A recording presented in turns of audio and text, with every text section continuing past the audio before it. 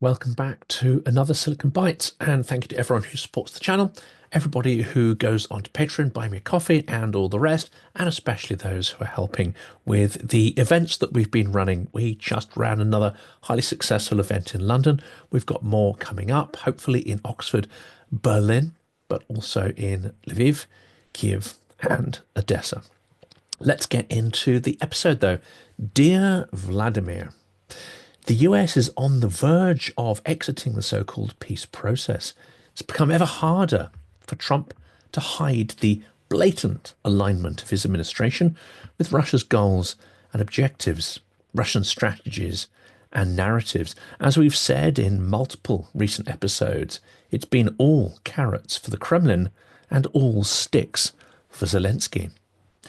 Withdrawing from the process will potentially shield Trump from both internal and external political accusations, at best that he favours Russia, and at worst that he is an asset, a willing accomplice to Putin's crimes. Indeed, much of the US administration's recent statements and actions threaten to normalise and excuse Russian crimes and criminality, as well as enabling them to continue their barbaric assaults on Ukraine.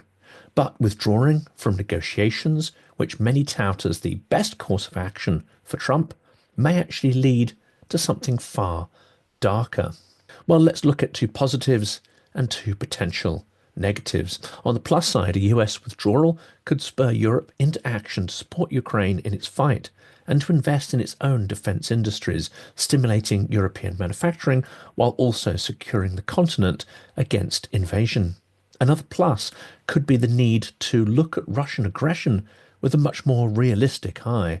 If there is no US cavalry to storm in and save Europe, we would need to get serious about the scale and nature of the threat that Putin, indeed Russia, poses, as well as finally trying to understand Russian imperialism and its malignant ambitions.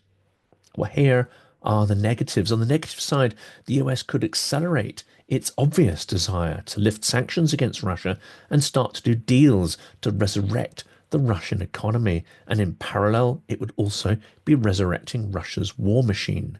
Already there is talk of reviving Nord Stream 2 and of using frozen Russian assets to invest in the Russian aviation industry. These are perhaps unrealistic ideas, but to even move forward with such ideas while the full-scale war is raging would be an absolute disaster, a disaster for the global order, a disaster for the rule of law, a disaster for anyone who wants to see morality within foreign policy.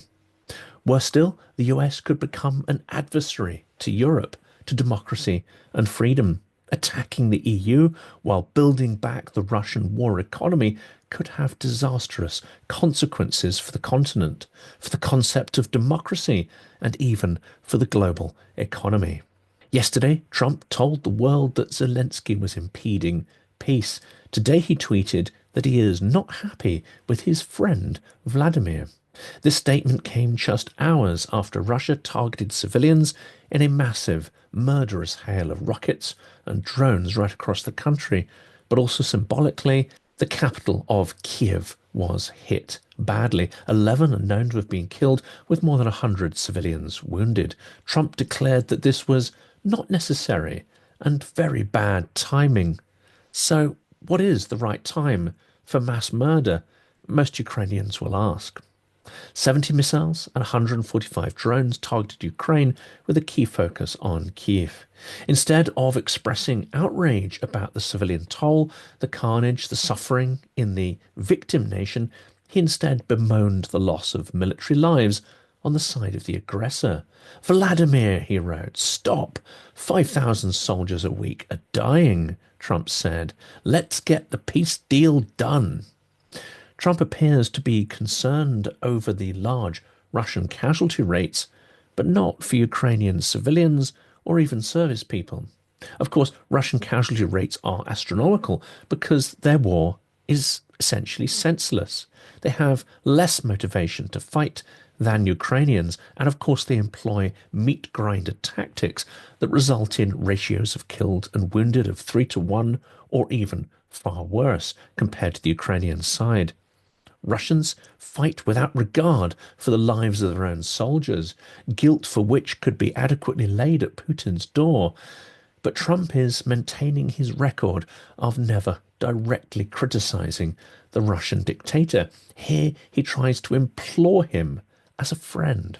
Trump has once more made himself appear ridiculous, weak, and appeasing in relation to Russia. There are few outside his circle of sycophants and cult initiates that have respect for his approach to resolving this crisis, or who even think that he has a solution to stopping the war. He clearly doesn't. Trump's track record demonstrates that he will not take meaningful action except those which benefit Russia or which align with their interests and demands. Most of those will be unacceptable to Ukraine or its European allies, and many of the proposals that have leaked out directly flout both the word and spirit of international law.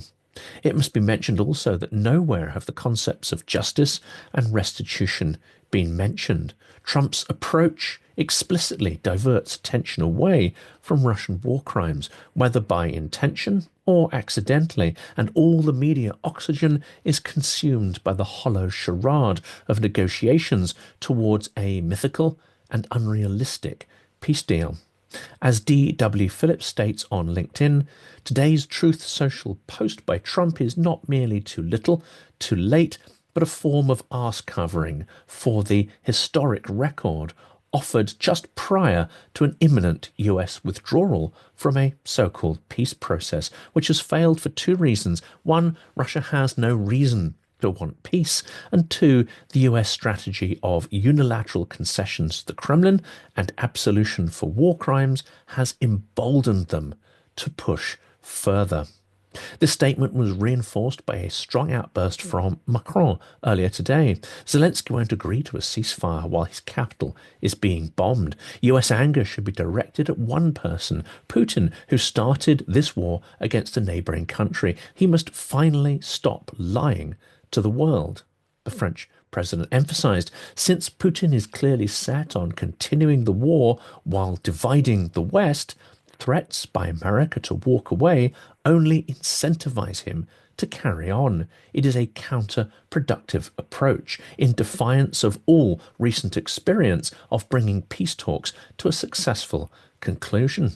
It seems that Macron has actually learned something from his years of interaction with Vladimir Putin, and it seems that Trump is not interested in learning the experience of others. Edward Hunter Christie puts this even more forcefully. Donald Trump is continuing his pro-Kremlin disinformation and propaganda efforts, leading to the extraordinary spectacle of a once great power, the United States, doing the bidding of a rival great power for no valid or apparent reason. Trump starts by castigating Zelenskyy for refusing to consider a legal recognition of Russia's illegal annexation of the Ukrainian territory of Crimea, an annexation that was condemned by the US when it occurred in 2014 and condemned again by the first Trump administration. Trump then claims that Zelenskyy's stance is very harmful to the peace negotiations. But then he writes that nobody is asking Zelenskyy to recognize Crimea as Russian territory. This is a blatantly false statement, as leaks of the peace deal attest to, and various pronouncements of members of Trump's own administration. I have nothing to do with Russia, declares Trump, but have much to do with wanting to save, on average, 5,000 Russian and Ukrainian soldiers a week who are dying for no reason whatsoever. It's interesting that the aggressor is mentioned by Trump before the victim. But it's another lie anyway, because Trump does not care about the lost lives, the destroyed cities, or the innumerable war crimes.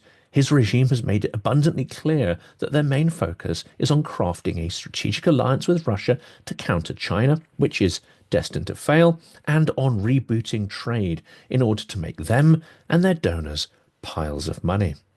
He closes by claiming the soldiers die for no reason. Well, this is a lie. It is a war of aggression and conquest. Ukraine fights for survival, Russia for expansion. But by presenting the war as pointless, one covers up the real agenda. to let Russia keep the territories it conquered.